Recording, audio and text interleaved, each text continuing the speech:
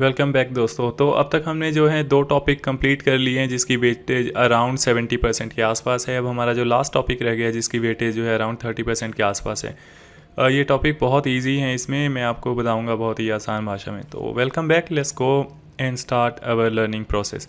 तो सबसे पहले जो है वो बात करते हैं एज़्योर मैनेजमेंट एंड गवर्नेंस, जो कि टॉपिक है। इसके अंदर जो है 4 छोटे छोटे टॉपिक में हम इसको डिवाइड कर सकते हैं। सबसे पहले वाला जो है वो है talking about cost management in Azure की। अभी तक हमने बात की है कि हम वीएम बना सकते हैं, हम थाउजेंड्स ऑफ सर्विसेज यूज़ कर सकते हैं, हम डिफरेंट टाइप्स की सर्विसेज अवेल कर सकते हैं, सिक्योरिटी फीचर्स अवेल कर सकते हैं। लेकिन ये सब करने का खर्चा पानी कितना आएगा, वो सारी बातें जो है हम इस वीडियो में करने वाले हैं, जो कि होगा अपना मॉड्यूल 1। और जो सेकेंड मॉड्यूल है it is going to be about features of governance and compliance. ठीक है, तो अगेन गवर्नेंस एंड कंप्लायंस जो है बहुत ही इंपॉर्टेंट टॉपिक है, specially in European countries and all. तो अगर आप जो है यूरोपियन क्लाइंट्स या जो है बेसिकली हम बोल सकते हैं वेस्टर्न क्लाइंट्स के लिए काम कर रहे हैं, तो आपको ये टॉपिक बहुत ही अच्छे से आना चाहिए। इसके बाद जो नेक्स्ट टॉपिक होगा वो होगा describing features and tools for managing and deploying Azure resources. तो जब आप एज़्योर रिसोर्स डिप्लॉय कर रहे हैं, जैसे आप जो है ऑन प्रीमाइस से data centre on premise data centre से माइग्रेट कर रहे हैं क्लाउड पे, तो कौन से फीचर्स हैं या टूल्स हैं जो आपको हेल्प करेंगे, तो उन सब की बातें भी हम लोग करने वाले हैं। उसके बाद जो लास्ट टॉपिक होगा वो होगा about describing monitoring tools in Azure. तो ये सारे जो हैं हमारे मेन 4 टॉपिक है, लेकिन मैं इस पर एक सिंगल वीडियो नहीं बनाऊंगा, सिर्फ टॉपिक बाय टॉपिक वीडियो बनाऊंगा, अदरवाइज़ जो वीडियो है बहुत लंबी हो रही है। तो हम लोग जो बात करेंगे इस वीडियो में, it is going to be only about describing cost management in Azure. ठीक है, लेट्स मूव ऑन। सबसे पहले बात करते हैं कॉस्ट मैनेजमेंट की यार ज़रूरत क्यों है। कॉस्ट मैनेजमेंट की ज़रूरत है because it is involve with money. ठीक है, आप जो है जनरली मूव कर रहे हो डेटा सेंटर से, या जो ओल्डर अप्रोच था उससे आप न्यू अप्रोच में मूव करना चाह रहे हो बिकॉज आप चाहते हो कॉस्ट सेविंग हो। ऑब्वियसली आपको फ्लेक्सिबिलिटी तो मिल ही रही है कि आप सिंगल क्लिक में जो है सर्वर बना सकते हो, एप्लीकेशंस डिप्लॉय कर सकते हो, but in the end it all comes down to saving money. ठीक है, जो एंटरप्राइजेज हैं वो डिसीजन इसीलिए लेते हैं क्लाउड पे मूव करने का because they want to save the cost. उसके अलावा बहुत सारे फीचर्स हैं, लेकिन जो सबसे मेन फीचर होता है that is all about cost.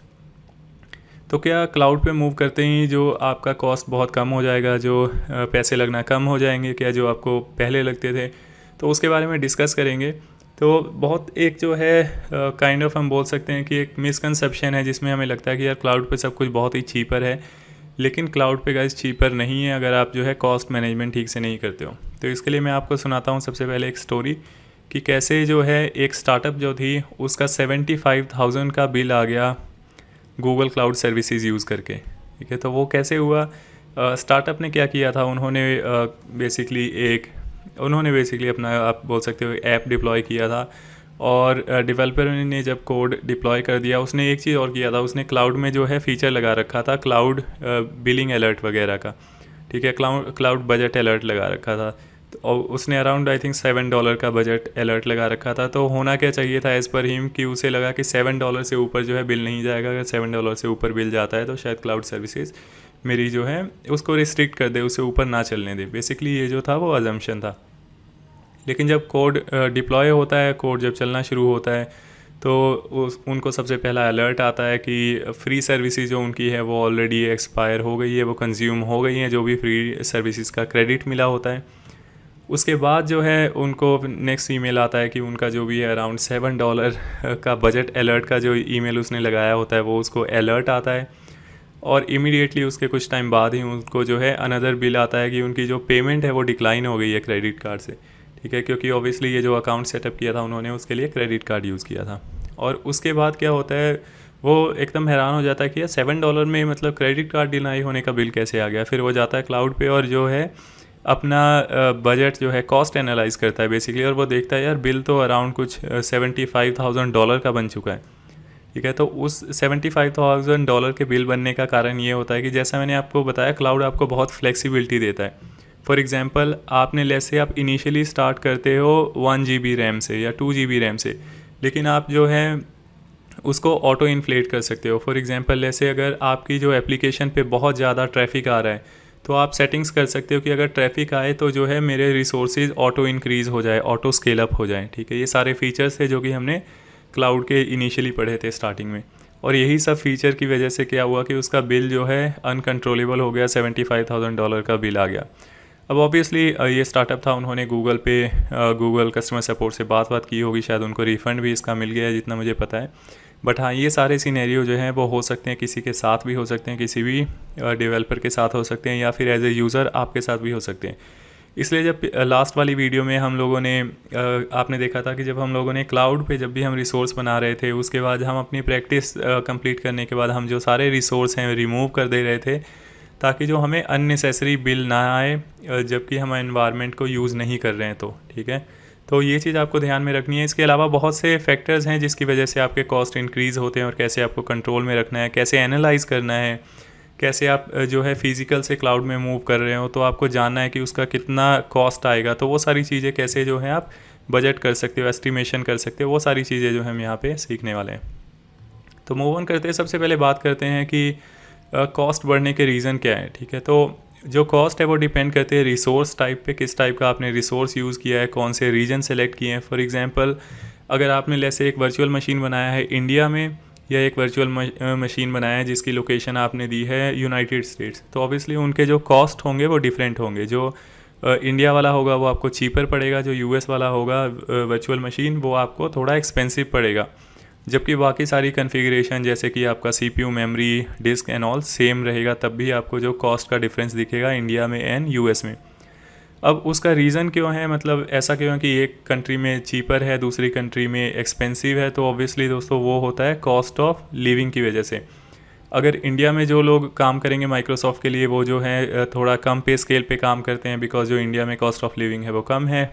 और जो यूएस में अगर वही सेम स्किल्ड एम्प्लॉय अगर यूएस माइक्रोसॉफ्ट कंपनी को हायर करना पड़ता है वहाँ पे, तो उनका जो कॉस्ट ऑफ हम बोल सकते हैं एम्प्लॉय ज़्यादा होता है, बिकॉज एम्प्लॉयज़ का जो कॉस्ट ऑफ लिविंग वहाँ पे ज़्यादा होता है।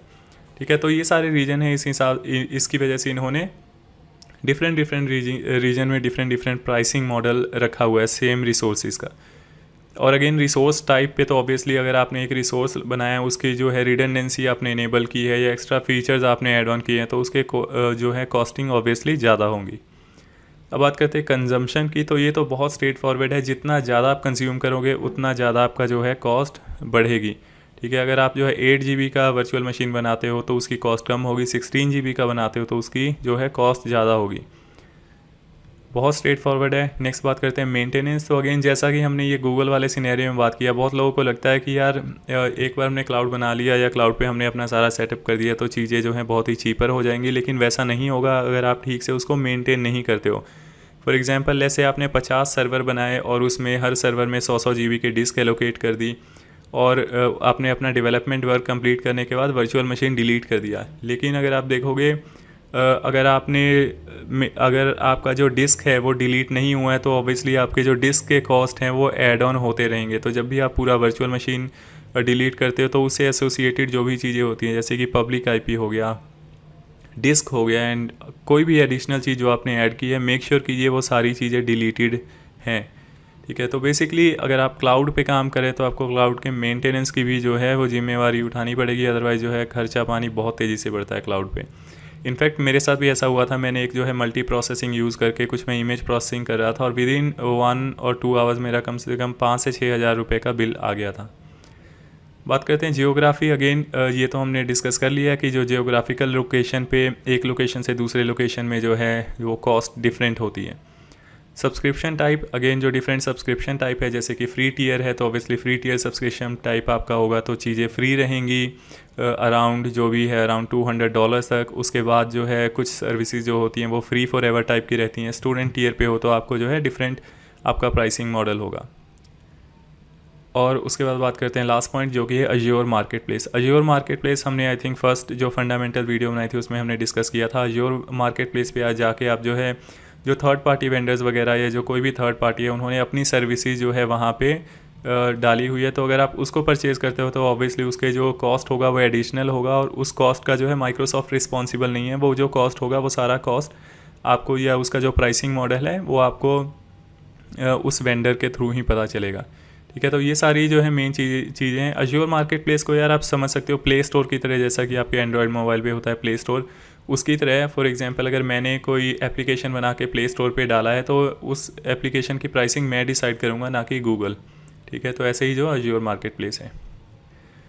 अब बात करते हैं कि यार ये सारा हमने डिस्कस तो कर लिया, अब हमें पता कैसे चलेगा कि कौन सी चीज़ है, उसका कितना प्राइस लगने वाला है। फॉर एग्जांपल अगर मैं वर्चुअल मशीन बनाना चाहता हूँ एक्स लोकेशन में with XYZ number of resources, तो मेरा कितना उसमें एक्सपेंस आएगा।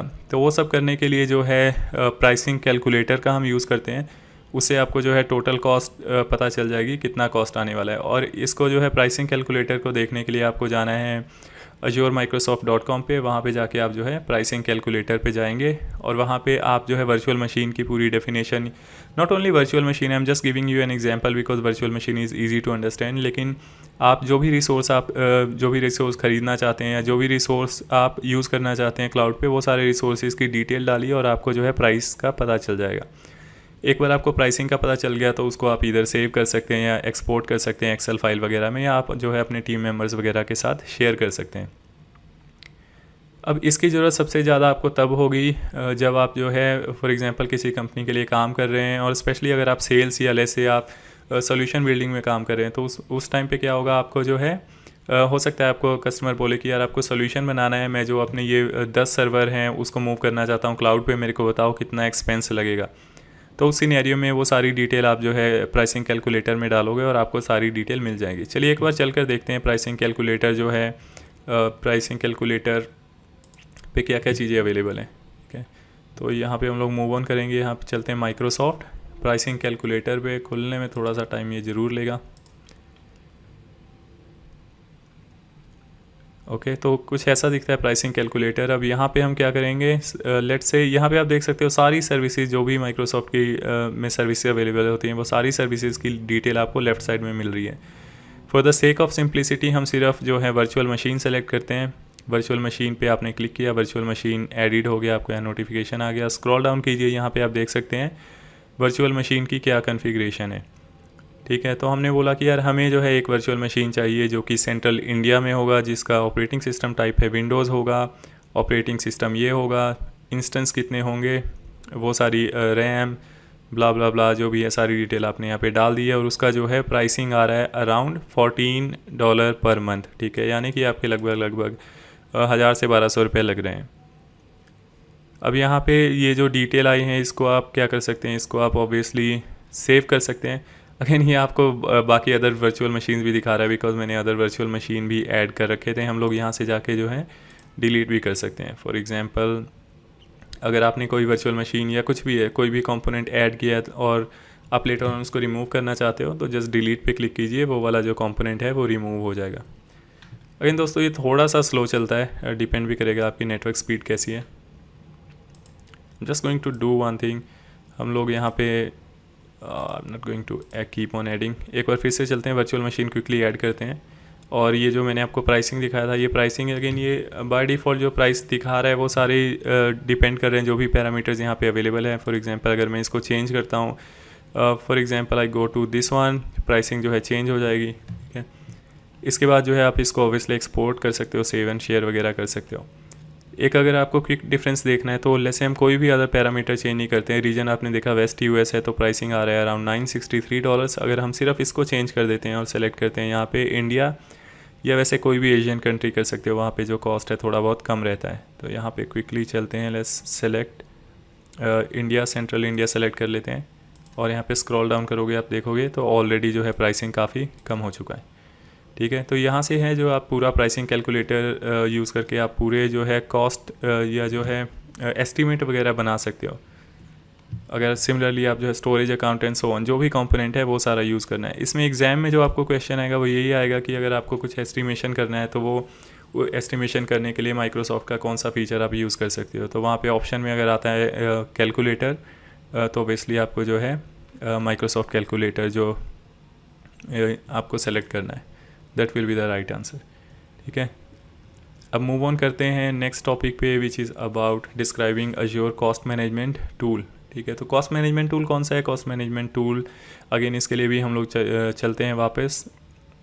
ये भी थोड़ा सा मैं चाहता हूँ आपको दिखा दूँ कि ये अज्योर कॉस्ट मैनेजमेंट टूल कैसा होता है। वैसे हमने शायद लास्ट वीडियो में भी ये टॉपिक पे डिस्कस किया था I think last to last video में, बिकॉज जब हम वर्चुअल मशीन बना रहे थे तो वहाँ पे मैंने आपको बताया था कैसे आप जो है बिलिंग या कॉस्ट मैनेजमेंट वाली ऑप्शन में जाके जो बिल वगैरह आप अपना ट्रैक कर सकते हो। तो देखते हैं जो हमने लास्ट वीडियो में या सेकेंड लास्ट वीडियो में जो हमने वर्चुअल मशीन्स वगैरह बनाए थे उसके ऑलमोस्ट कितना कॉस्ट आया था। तो यहाँ पे आपको portalazure.com पे लॉगिन करना है। उसके बाद जो आप जा सकते हो कॉस्ट मैनेजमेंट एंड बिलिंग पे। कॉस्ट मैनेजमेंट एंड बिलिंग पे जाओगे, यहाँ पे अगेन जैसा मैंने आपको बताया था, आपको जो आपका सब्सक्रिप्शन दिख जाएगा और उसके बाद आपको सारी एडिशनल डिटेल दिख जाएगी। यहाँ पे हमें जाना है कॉस्ट मैनेजमेंट में। कॉस्ट मैनेजमेंट के बाद जो है 3-4 यहाँ पे डिफरेंट ऑप्शन आएंगे। यहाँ आप देख सकते हो कॉस्ट एनालिसिस आ रहा है। हम चलते हैं कॉस्ट एनालिसिस पे। कॉस्ट एनालिसिस पे यहाँ पे जो भी आपने कंपोनेंट यूज़ किए होंगे उन सब के जो कॉस्टिंग है वो सारा यहाँ पे आपको दिखाएगा। फोरकास्ट अनअवेलेबल, ओके ठीक है। तो यहाँ पे लोड हो चुका है। तो देख सकते हो आप जो हमने अराउंड 31 अगस्त के अराउंड जो भी हमने एक वीडियो बनाई थी उसमें हमने एक दो वर्चुअल मशीन बनाए थे और फिर जो है स्टोरेज वगैरह का यूज़ किया था और उसको I think within 1 hour या 2 आवर जब भी मैंने वीडियो रिकॉर्ड की थी उस वीडियो रिकॉर्डिंग के टाइम पे ही डिलीट कर दिया था। लेकिन उस सब का जो कॉस्ट आया था दैट इज़ अराउंड 133 रुपया आया था, यानी कि ये हो गया कुछ अराउंड 2-4 रुपये के आसपास है दोस्तों। ये बहुत ही कम प्राइस है, यानी कि जो भी हमने 1 घंटे में लेसन किया उसका 2-4 रुपये का बिल आया था। लेकिन मैंने उसमें आपको बता दिया था कैसे हम जो है डिफरेंट ऑप्शन सेलेक्ट कर सकते हैं। ठीक है, तो ये हो गया। यहाँ से आप देख सकते हो कितना जो है अब तक का बिल बन चुका है, तो इससे आपको पता चल जाएगा कि मंथली बिल अराउंड कितना आने वाला है। उसके बाद ऑब्वियसली जो कॉस्ट अलर्ट पे जाके हम जो है कॉस्ट अलर्ट सेटअप कर सकते हैं कि हाँ यार अगर कॉस्टिंग में कुछ एबनॉर्मेलिटीज़ दिखती है कि अगर मेरा जो डेली का बिल अराउंड जैसे 50 रुपये का आ रहा है लेकिन एक दिन सडनली 50 से जंप होकर 1000 आ रहा है तो मुझे अलर्ट वगैरह आ जाए। सिमिलरली आप बजट अलर्ट्स लगा सकते हो कि आपका जो है जो एक्सपेंस है वो लेसे अगर 500 रुपये से ऊपर जा रहा है डेली या किसी भी दिन तो आपको अलर्ट आ जाए ईमेल वगैरह पे। तो वो चीज़ें आप जो है यहाँ से कॉस्ट मैनेजमेंट में कर सकते हो। ये सारे डिफरेंट ऑप्शन हैं आपको कॉस्ट को मैनेज करने के लिए। अगेन आपको डिटेल में ये नहीं पूछा जाएगा कि क्या स्टेप्स होते हैं बजट को बनाने के लिए एंड सो ऑन। आपको बस ये पता होना चाहिए क्या क्या ऑप्शन अवेलेबल होते हैं कॉस्ट मैनेजमेंट में। तो ऑब्वियसली कॉस्ट एनालिसिस हमने डिस्कस कर लिया। कॉस्ट एनालिसिस से आपको पूरा एनालाइज कर लोगे कितना पैसा बन रहा है, कौन से रिसोर्सेज का बन रहा है एंड सो ऑन। और similar cost alerts and budget वगैरह में जाके आप जो है अलर्टिंग वगैरह लगा सकते हो। ठीक है, यहाँ आप देख सकते हो location wise, resource group name wise सारे हमें दिखा रहा है। आप चाहे तो किसी भी फ़िल्टर के हिसाब से देख सकते हो कि आपका कितना रुपये लगा था, उसको ब्रेक डाउन कर सकते हो डिफरेंट सर्विसेज, रिसोर्स टाइप या किसी भी कंपोनेंट पे। मूव ऑन करते हैं नेक्स्ट टॉपिक पे जो कि है टैग्स। अब जो है टैग्स हमने जो है इनिशियली जब हमने वर्चुअल मशीन एक बनाया था तो वहाँ भी टैग्स आ रहा था। टैग्स हमने एक डाला था। टैग्स हम क्यों यूज़ करते हैं? बेसिकली टैग्स हम यूज़ करते हैं चीज़ों को ऑर्गेनाइज़ करने के लिए। जब आप बहुत बड़े एंटरप्राइज़ वगैरह में काम कर रहे होगे तो वहाँ 20-50 वर्चुअल मशीन नहीं, वहाँ थाउजेंड्स ऑफ वर्चुअल मशीन चल रहे होते हैं। वहाँ पे लगभग 5 से 10 हज़ार, again depending on the enterprise size, 5 से 10 हज़ार 15 हज़ार तक वर्चुअल मशीन चल रहे होंगे। डिफरेंट डेटाबेसेस होंगे, मे बी 500-700 डेटाबेसेस होंगे और भी डिफरेंट जो है कंपोनेंट्स हो सकते हैं। अब उसमें क्या करना है, आप जो टैग यानी कि लेबल बेसिकली लगा सकते हो डिफरेंट कंपोनेंट्स पे ताकि उसको आप ऑर्गेनाइज़ कर सको बेटर वे में। फॉर एग्जांपल जो भी सर्वर है वो लेसे HR, अगर HR के एप्लीकेशन उस पर चल रहे हैं तो आप उसको मे बी एक टैग दे सकते हो HR का। ठीक है, और कुछ जो सर्वर हैं जो आपके बहुत ही रेवेन्यू जनरेटिंग सर्वर्स हैं या रेवेन्यू जनरेटिंग एप्लीकेशन है उसको आप टैग दे सकते हो या लेबल लगा सकते हो रेवेन्यू जनरेटिंग टैग आपने दे दिया। उससे क्या होगा, जब आप बिलिंग देखते हो तो बिलिंग में भी आप क्या करते हो, बिलिंग में आप बिल बाय जो है टैग्स के हिसाब से देख सकते हो। आप बोलते हो कि जो मेरी रेवेन्यू जनरेटिंग एप्लीकेशन है का जो मैंने लेबल लगाया है या टैग लगाया है उसका बिल कितना बन रहा है, तो आपको पता चल जाएगा। सिमिलरली फॉर एग्जांपल कुछ सर्वर हैं आपके जो डेवलपमेंट के हैं और आपने उस पर टैग लगा दिया डेवलपमेंट, तो फिर उसके बाद जब आप बिल में देखोगे ओके डेवलपमेंट सर्वर की कॉस्टिंग आपकी जो अगर हाई हो रही है तो maybe you can take the decision कि हाँ यार मैं डेवलपमेंट सर्वर कुछ कम कर देता हूँ एंड सो ऑन। तो बेसिकली टैग आप जो है टैगिंग कर रहे हो डिफरेंट सर्वर्स की, लेबलिंग कर रहे हो ताकि जो आप बिलिंग है उसको टैग्स के हिसाब से देख सको। अगेन ये रिसोर्स मैनेजमेंट में भी यूज़ होता है। फॉर एग्जांपल अगर आप चाहते हो जो भी डेवलपमेंट सर्वर्स हैं या जो भी टेम्प सर्वर आपने क्रिएट किए, जो भी मतलब सर्वर क्रिएट हुए अंडर टेम्प टैग्स के, तो उसको टेम्परेरी वाले को आप डिलीट करना चाहते हो तो वो सारे एक्शन अगेन आप उसको यूज़ कर सकते हो। तो हमने ये वाला टॉपिक बहुत छोटा था, हमने ऑलरेडी इस टॉपिक को पूरा कंप्लीट कर लिया है। एग्ज़ाम पॉइंट ऑफ व्यू से ये टॉपिक बहुत इंटरेस्टेड है। अब बाकी हमारे जो है नेक्स्ट 3 टॉपिक बचे हुए हैं, जिसको हम जो अपकमिंग 2 या 3 वीडियो के अंदर क्लियर कर लेंगे। उसके साथ ही हमारा जो पूरा अज़्योर फंडामेंटल्स का कोर्स है वो कंप्लीट हो जाएगा। उसके बाद कोशिश करूँगा मैं एक वीडियो बनाऊँ जिसमें अराउंड जो 50 से 60-70 में भी अराउंड 100 क्वेश्चन की हम लोग कुछ प्रैक्टिस कर सकें क्विकली, और हम उसके हिसाब से आपको पता चल जाएगा कि आप from preparation point of view कहाँ पे स्टैंड करते हो और आपको एग्ज़ाम क्रैक करने के कितने % चांसेस है। तो ठीक है दोस्तों, thank you so much for watching. Obviously हम लोग मिलेंगे नेक्स्ट वीडियो में।